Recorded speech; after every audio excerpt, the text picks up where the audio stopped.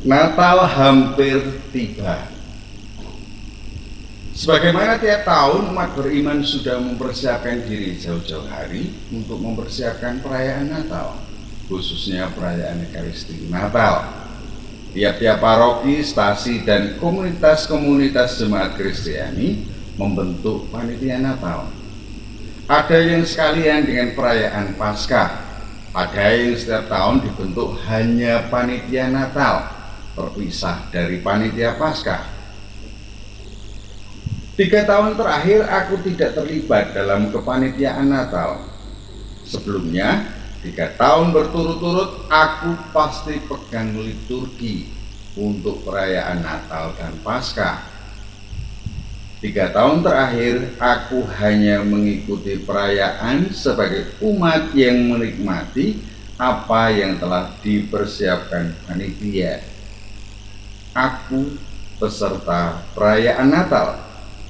Demikian pula dengan perayaan Paskah, aku hanya peserta. Setelah kepergian kedua orang tuaku, keterlibatan di dalam kehidupan gereja terasa hambar. Bayang-bayang kebersamaan dengan mereka tidak hanya setiap hari Minggu, tetapi juga setiap Natal dan Paskah di stasi Comal masih melekat di hati. Semenjak kepergian mereka terasa ada yang hilang, yakni keterarahan untuk kembali atau pulang. Mereka sudah tidak ada di rumah. Mereka sudah pergi untuk selamanya. Apakah aku tidak rindu untuk pulang? Mengenang kembali kisah kelahiran Yesus, muncul pertanyaan di benakku. Pulang kemana? Adakah rumah yang dirindukan sehingga dapat dikatakan pulang? Yesus lahir di kandang di Bethlehem. Masih orok, Yesus dan kedua orang tuanya pindah ke Mesir karena pembunuhan terhadap bayi-bayi atas perintah Herodes. Dari Mesir mereka pindah ke Nazaret. Yesus dikenal sebagai orang Nazaret. Apakah dengan demikian rumah Yesus ada di Nazaret? Perjalanan hidup Yesus selanjutnya dipenuhi dengan pelayanan berkeliling. Sesekali ku ingat, Yesus dicari ibu dan saudara-saudaranya. Sesekali ku ingat, ia bertemu dengan mereka. Tapi aku yakin betul bahwa Yesus tidak pernah diceritakan merasa kangen akan rumah masa kecilnya. Apakah Yesus rindu pulang? Yang ku ingat betul adalah bahwa Yesus pernah mengatakan, Anak manusia tidak memiliki tempat untuk meletakkan kepalanya. Kupikirkan selama ini bahwa itu mengenai dirinya sendiri. Aku mengartikan perkataan Yesus itu sebagai orang yang tidak memiliki rumah untuk beristirahat atau berteduh. Aku menarik nafas panjang. Aku merasa dikuatkan oleh perjalanan hidup Yesus itu. Tidak masalah tidak memiliki rumah. Itu berarti dimanapun aku berada, disitulah rumahku. Rumah masa kecilku sama seperti tempat lain, merupakan kenangan akan perjalanan hidupku. Dirindukan, itu pasti. Tetapi, apakah aku harus mengunjunginya?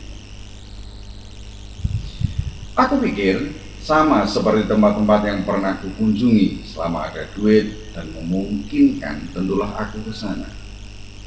Rasanya sudah tidak menjadi tempat prioritas kunjunganku semenjak kepergian kedua orang tuaku. Aku merasa bebas sungguh sekarang. Tiada ikatan dengan tempat masa kecilku dulu.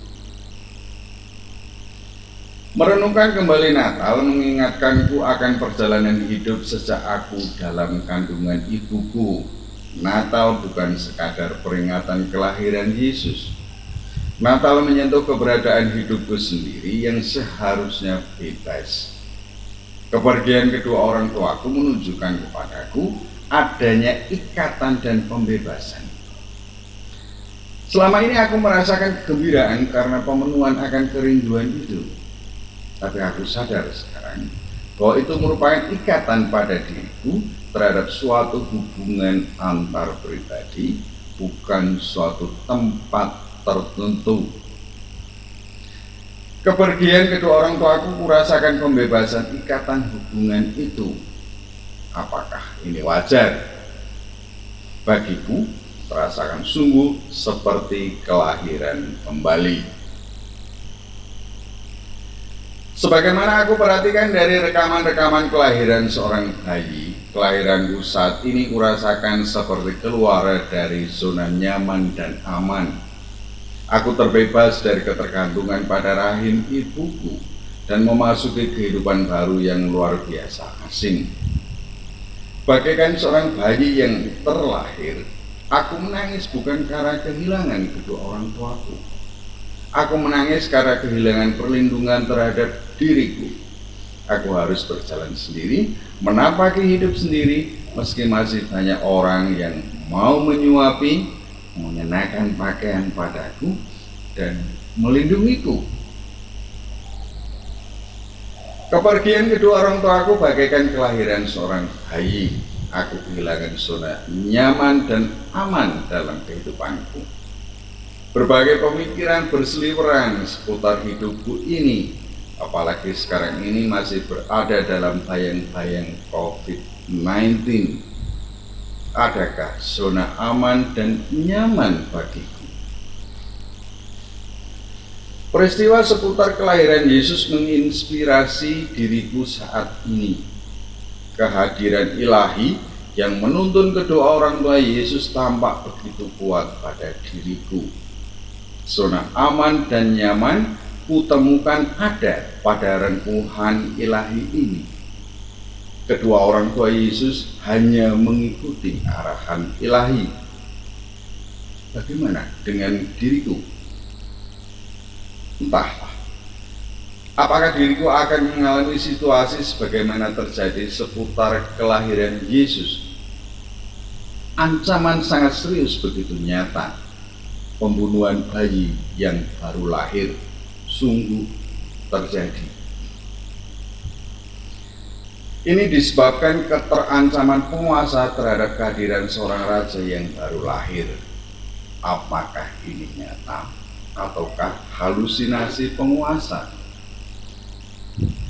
Aku tidak mau mengembangkan arus pemikiran tentang tindakan penguasa waktu itu terhadap bayi-bayi yang baru lahir. Aku tetap berusaha mengikuti arus pemikiran zona aman dan nyaman dalam hidupku. Aku sungguh berharap tidak mengalami situasi keterancaman sebagaimana kelahiran Yesus. Aku sungguh berharap rengkuhan ilahi melekat selalu dalam hidupku. Belajar dari perjalanan awal hidup Yesus dan selama masa pandemi, rengkuhan ilahi terpancar dari kebersamaan seluruh umat manusia.